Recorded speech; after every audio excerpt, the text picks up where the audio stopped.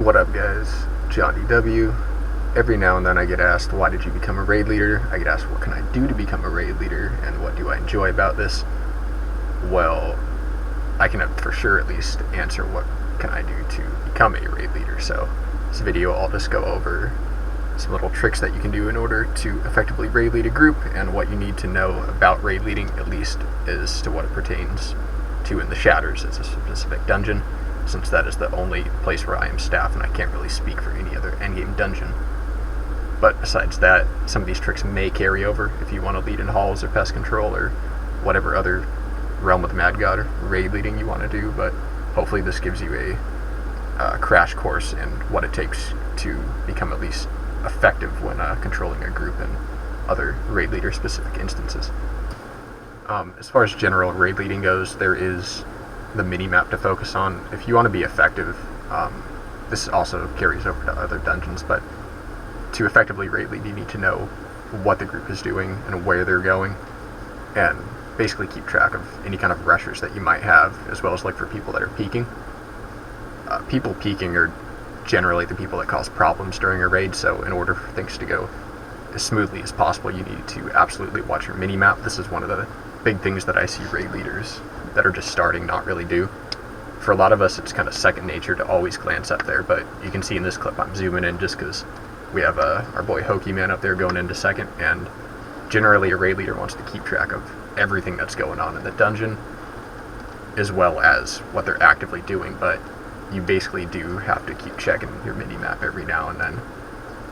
So an effective raid leader is really going to keep track of both what's going on their screen and what's going on in the top right up there. It also gives you a peek at if there's drags and what possible spawns are also coming up that you're going to be facing as a group. So this is kind of the best weapon you have as a raid leader, is definitely mini-map awareness. There's a bunch of different spawns that you're going to encounter as well. Everything from towers to blues and reds. There's a set combination for each one that comes up, so there's not a whole lot that you have to worry about.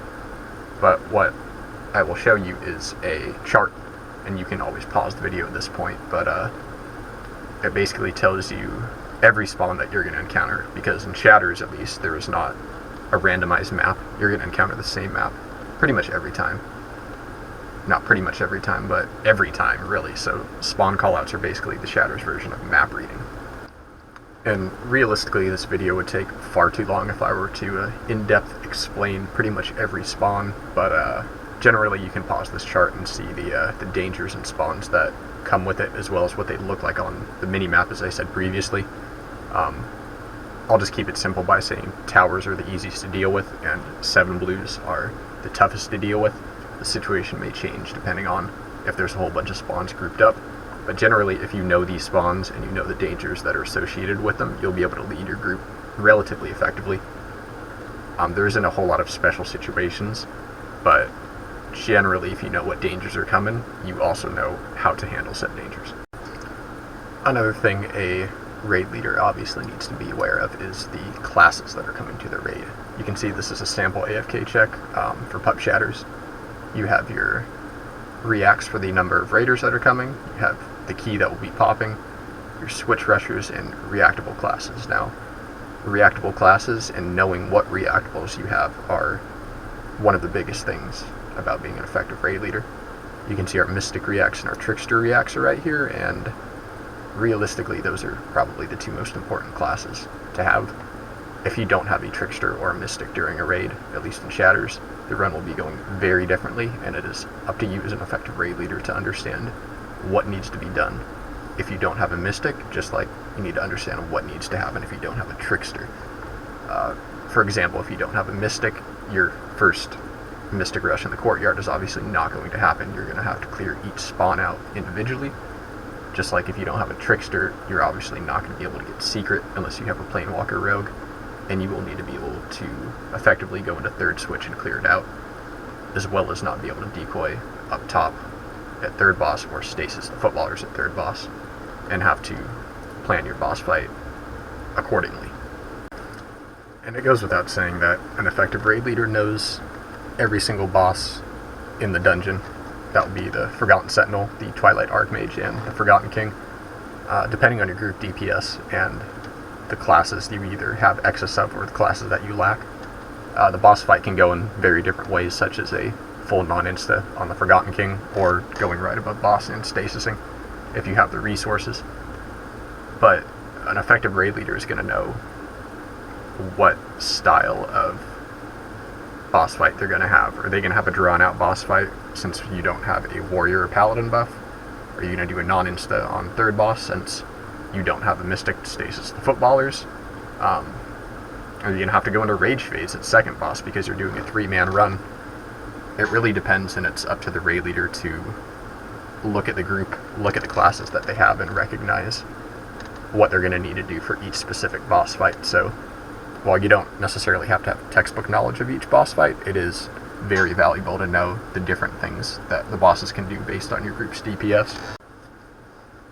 But as I said, you don't need textbook knowledge. The thing that makes a good raid leader compared to just a knowledgeable raid leader is the ability to adapt to these situations. I've seen many raid leaders in the past that, while they have nearly perfect knowledge of the dungeon, their calls often get a little bit scuffed and delayed because they make let's say a miscall, and they call a 6 mix a 5 mix. It completely ruins their flow.